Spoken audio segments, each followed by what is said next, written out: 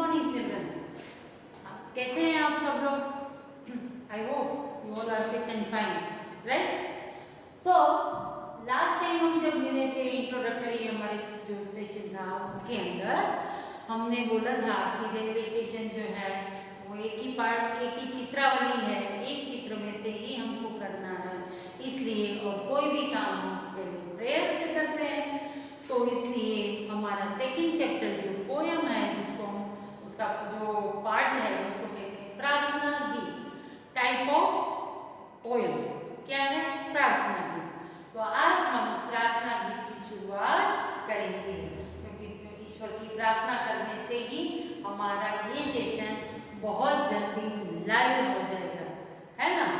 सो इस बार जो chapter number 2 है हम पहले करेंगे। मैंने आपको पहले भी बताया था कि हमारे अकॉर्डिंग टू इंडेक्स, मैंने आपको इंडेक्स भी भेजा था, उसके अंदर फर्स्ट, सेकेंड एंड थर्ड जो है वो हमारे यूनिट टेस्ट में आते हैं, तो हम उसको शफल करके ऐसे ही करेंगे। तो आज चैप्टर नंबर 2 प्रार्थना गीत, हिंद माता ने संबोधन। हम कौन से देश में रहते हैं?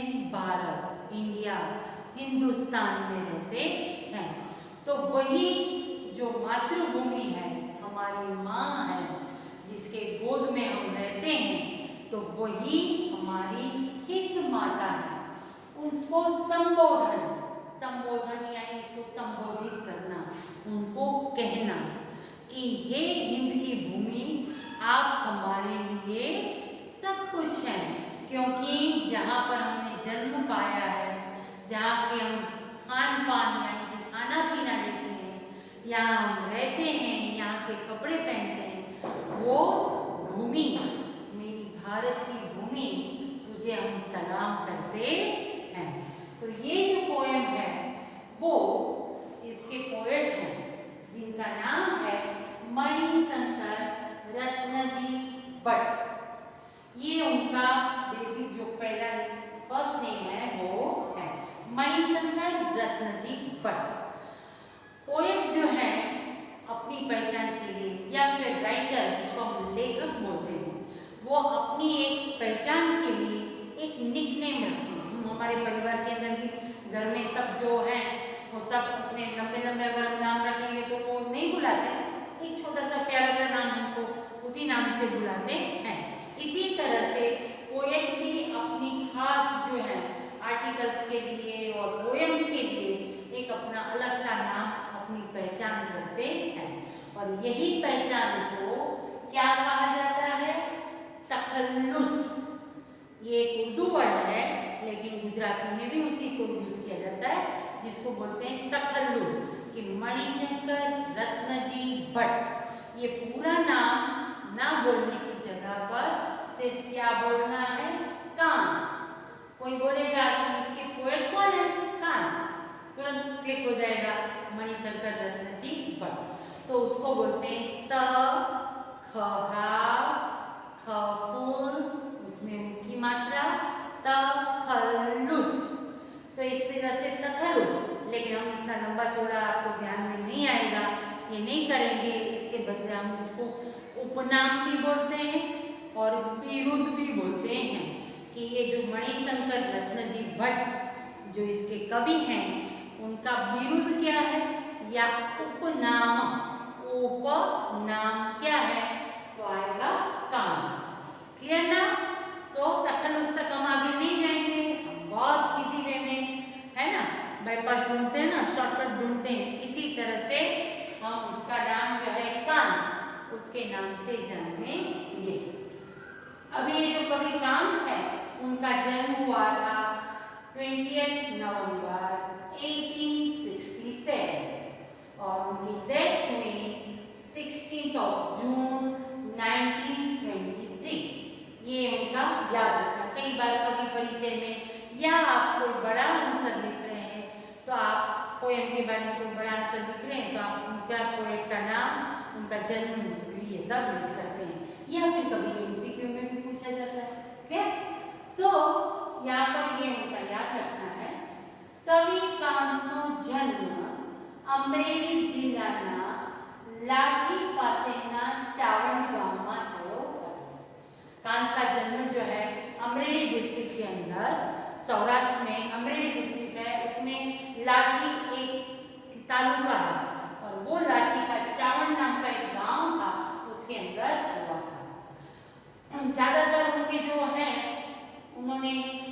नाट्यकार અને धर्मचिंतक હતા, धर्म से रिलेटेड बातें भी वो बताते थे और अच्छे जो प्ले बनते हैं वो प्ले बनाने का काम भी वो करते थे। तो इनका जो काव्य संग्रह था जिसका नाम था पूर्वाला, वो भी सबसे बढ़िया था और उसका जो पोएट की जो लिटरेचर के अंदर उनका बहुत बड़ा इम्पोर्टेंस है। अब ये जो राष्ट्र प्रेम, राष्ट्र के प्रति हमारा जो पेट्रियोटिक जिसको हम बोलते हैं, वो पेट्रियोटिक जितने भी पोएम्स हैं, सॉन्ग्स हैं, उसमें ये वाली जो पोएम है हिंद माता ने संबोधन, उसका एक अलग ही स्थान है, मतलब यूनिक लेवल पे उसका नाम लिया जाता है कि उन्होंने कहा है कि ये हिंद की जो भूमि है उसको हम सलाम करते हैं क्योंकि वो जो है वो हमारी रक्षा करते हैं और हमें गर्व है कि हम हिंदुस्तान में रहते हैं। तो ये जो मैंने आपको अभी बताया पोएट का इंट्रोडक्शन, उनकी आप ये डेट याद रख देना और ये जो राष्ट्र प्रेम की जो जितने भी पोएम्स हैं उसमें ये जो है हिंद माता ने संबोधन, उसका बहुत ही बड़ा इम्पोर्टेंस जो है उसका इम्पोर्टेंट रोल भी है।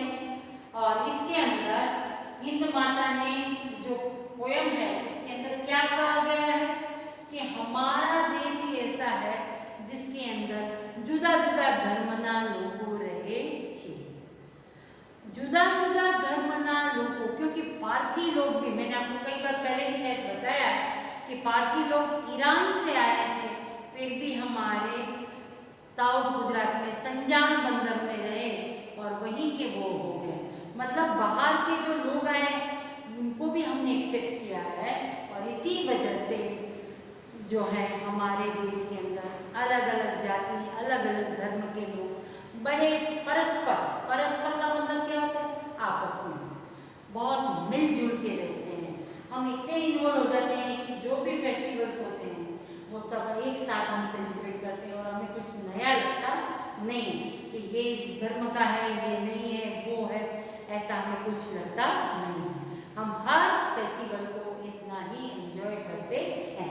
तो ये पोएम जो है उसमें भी कहा है कि भारत माता के सब संतान हैं, संतान यानी कि उसके बच्चे हैं, संतति, संतान वो हैं और हम यही प्रार्थना करते हैं कि आज तक हम अलग अलग धर्म, अलग अलग जाति के लोग होते हुए भी एक साथ एक ही माँ के बच्चे बनकर जिस तरह से रहे हैं इसी तरह से हम आगे भी रहें, ऐसी हिंद माता हम आपको प्रार्थना करते हैं। तो यहाँ पर ये पोएम शुरुआत होती है, ये है उसका पिक्चर और यहाँ पर हिंद की भूमि को देवभूमि कहा गया है। तो यहाँ पर हम आज ज़्यादा नहीं करेंगे, मैं आपको जो ये पोएम है उसको गाते कैसे हैं, देखो कोई भी चीज़ को अगर हम गा के करेंगे ना तो हम फटाफट याद कर लेते हैं। ये जो पोएम है उसको भी हमें मेमोराइज करनी है, तो वो मेमोराइजेशन कब होता है, अगर आप क्लास में आते तो चलो आप लोग ये लाइन गाओ, वो लाइन गाओ, अभी ये रो वाले गाएंगे, करते थे ना हम लोग, पर अभी हम वो नहीं कर सकते हैं, इसलिए आपको मैं गा के बताती हूँ कि आपको कैसे गाना है। अगर आप इस तरह से रोज एक बार गाते रहेंगे तो आपको जल्दी से याद हो जाएंगे। खैर कोरस, जो कोरस में हम गाते हैं तो वो जल्दी याद होता है, पर आज आप सीख लो फिर घर पे उसको गाते रहना, जैसे मूवीज के गाने कैसे फटाफट याद हो जाते हैं ना, इसी तरह से हमें ये गाने को भी हमको याद करना है क्योंकि एग्जाम के लिए हमें तैयारी करनी है। सो यहाँ पर मैं आपको बताती हूँ कि किस तरह से गाना है। तो यहाँ भारत माता का चित्र है, यहाँ हर धर्म के लोग जो हैं वो उनसे प्रार्थना कर रहे हैं और वो प्रार्थना करते हुए एक ही चीज मांग रहे हैं कि हम सब अलग अलग धर्म और जाति के लोग हैं, पर फिर भी हमारी आपसे ये माँ, यही माँ प्रार्थना है, ये मातृभूमि, हम आपसे यही दुआ मांगते हैं कि हम सब कभी लड़े झगड़े नहीं और आपस में मिलजुल कर रहें। अब यहाँ पर मैं पहली लाइन बताती हूँ आपको कि ओ हिंद देवभूमि संतान सौ तमारा, करिए मणि निबंधन स्वीकार जो हमारा। तो इसको हम गाएंगे कैसे? ओ हिंद देवभूमि संतान सो तुम्हारा, करिए मणि वंदन स्वीकार जो हमारा। फिर से एक बार। ओ हिंद देवभूमि संतान सो तुम्हारा, करिए मणि वंदन स्वीकार जो हमारा। समझ में आ गया ना? फिर हिंदू मनी मुसलमान विश्वासी पारसी जिन, देवी समान रीते संतान सो तुम्हारा। हिंदू मनी मुसलमान विश्वासी पारसी जिन, देवी समान रीते संतान सो तुम्हारा। ओ हिंद देवभूमि संतान सो तुम्हारा, करिए मणि वंदन स्वीकार जो हमारा। बस इसी टोन के अंदर हमको आगे के जितने भी स्टैंजा है वो हमें गाने हैं। मुझे लगता है कि आप लोग सब गा सकेंगे, और मौका मिला तो कोई ना कोई मुझे वीडियो जरूर भेजना कि आपने कैसे गाया है। और जब लाइव क्लास में आएंगे तब तो हम साथ में गाएंगे, लेकिन आप गाना जरूर। तो इस तरह से मैंने आपको बता दिया। लास्ट में भी मैं एक बार आपको बता दूंगी किस तरह से गाना है। तो ये ऐसे ऐसे करके दो दो लाइन करके आपको इस तरह से गाना है, तो आपको जल्दी से याद हो जाएगा। अब यहाँ पर ये 4 लाइन का मतलब क्या होता है, यहाँ पर हम एक्सप्लेनेशन करेंगे। ओ हिंद, यानी ओ हिंद की भूमि। अब यहाँ भूमि यानी धरती, धरा, पृथ्वी, हम वो उसके सिनोनिम्स दे सकते हैं ना, राइट। सो यहाँ ओ हिंद देवभूमि का है। देखो यहाँ पर हमारी जो धरती है, जहाँ पर हम रह रहे हैं, वो धरती को क्या कहा गया है? देवभूमि, देवताओं की भूमि, देवलोक। तो वो कैसा होता है? एकदम पायस, पवित्र, है ना। तो देवभूमि का मतलब क्या होता है? पवित्र भूमि। आपको मीनिंग्स में भी ले आएगा। देवभूमि એટલે पवित्र भूमि।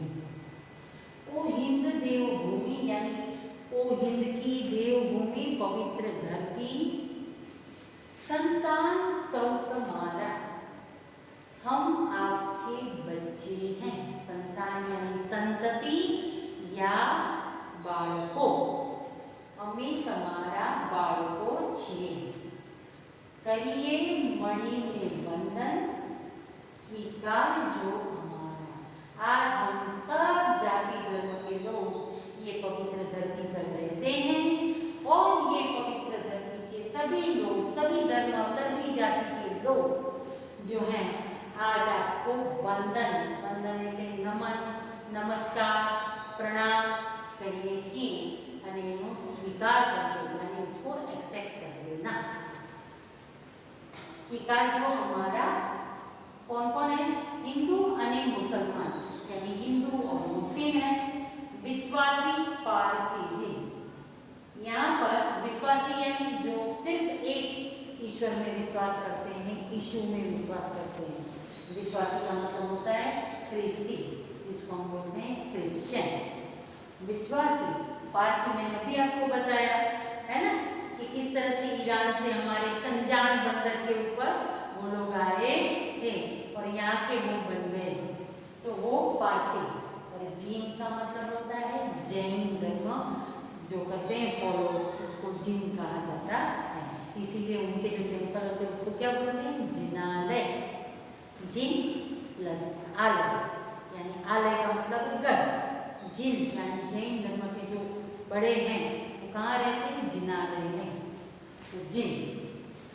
देवी समान रीते संतान सपना, हे देवी, हे धरती माँ, हे मेरी मातृभूमि, समान रीते, समान यानी सिमिलर, टोटली, इक्वली, संतान सौ तुम्हारा, हम साथ आपके एक माँ जो है वो अपने बच्चे, चाहे वो थोड़ा डम हो, डफ हो, कुछ भी हो, या इंटेलिजेंट हो, या थोड़ा डार्क हो, थोड़ा ब्यूटीफुल हो तो थोड़ा डार्क हो, ऐसा कोई भी बच्चा होता है, लेकिन माँ का अनकंडीशनल लव होता है, वो कभी भी उसके बीच में डिफ्रेंशिएट होती नहीं है। इसी तरह से हे धरती माँ, हे देवी माँ, સમાન રીતે ઇક્વલી સંતાન સૌ તમારા, અમે તમારા સંતાન છીએ, એટલા માટે જ અમે તમને પ્રાર્થના કરીએ છીએ। अभी यहाँ पर ये 4 लाइन हमने कर ली। अब आगे जो आता है वो है ये, यहाँ की हम सिर्फ 2 लाइन आज करेंगे क्योंकि आपको लर्न करना है, तो 4 + 2 6 लाइन आपको करनी है। तो यहाँ पर भी मैं वापस में आपको गा के बताती हूँ। ओसो तवे सगुने शुभ खान पान बख्शी, सेवा करे बनेते संतान सौ तुम्हारा। फिर से एक बार, ओसो तवे सगुने शुभ खान पान बख्शी, सेवा करे बनेते संतान सौ तुम्हारा। पोषो, पोषो का मतलब है उनको पालन पोषण करना। पोषो तमे सहुने, सबको एक बराबर उनका पालन पोषण कीजिए। शुभ खान पान बख्शी, शुभ यानी अच्छा, पवित्र, सुंदर, ऐसा खाना पीना बख्शो यानी भेंट आपको, बख्शी आपको, बख्शी सब बोलते हैं ना, इस तरह से ये भेंट आपकी। और आपने हमें खाना पीना हर चीज आपको आपने हमें दी है, और इसीलिए सेवा करना हमारा फर्ज बना है। हमारी मातृभूमि की सेवा करना एक हमारा लक्ष्य होता है, हमारी फर्ज होती है, और हमारा प्यार भी है। कई चीजें हम फर्ज अदा करने के लिए करते हैं नहीं, पर जब फर्ज के अंदर लव आ जाता है तो वो काम और अच्छा होता है कि नहीं। ये मैं देखो, माँ बाप की सेवा करना हमारा फर्ज है नहीं, माँ बाप की सेवा करना वो हमारा प्यार है। वो अगर हम सोच के करेंगे तो हम कभी पीछे हटेंगे नहीं, और वो हम बड़े अच्छी तरह से कर पाएंगे। इसीलिए कहा है सेवा करे बने थे संतान सौ तुम्हारा, आपकी हम सेवा करेंगे और आपके हम प्यारे से संतान बन जाएंगे।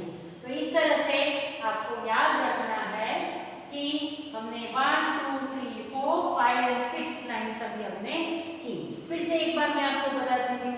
ओ हिंद देव भूमि संतान सौ तुम्हारा, करिए मणि वंदन स्वीकार जो हमारा, हिंदू हरे मुसलमान विश्वासी पारसी जी, देवी समान रीते संतान सौ तुम्हारा, पोषो तमे सहुने शुभ खान पान बख्शी, सेवा करे बनेते संतान सौ तुम्हारा। याद रह गया?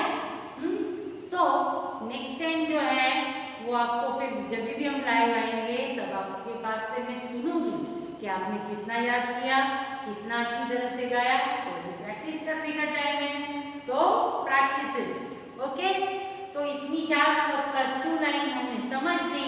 हमारे उनके जो पोएट हैं उनका नाम, जिसको शॉर्ट फॉर्म में हम कहेंगे कांत, मणिशंकर रत्न जी भट्ट, कांत के बारे में हमने देखा।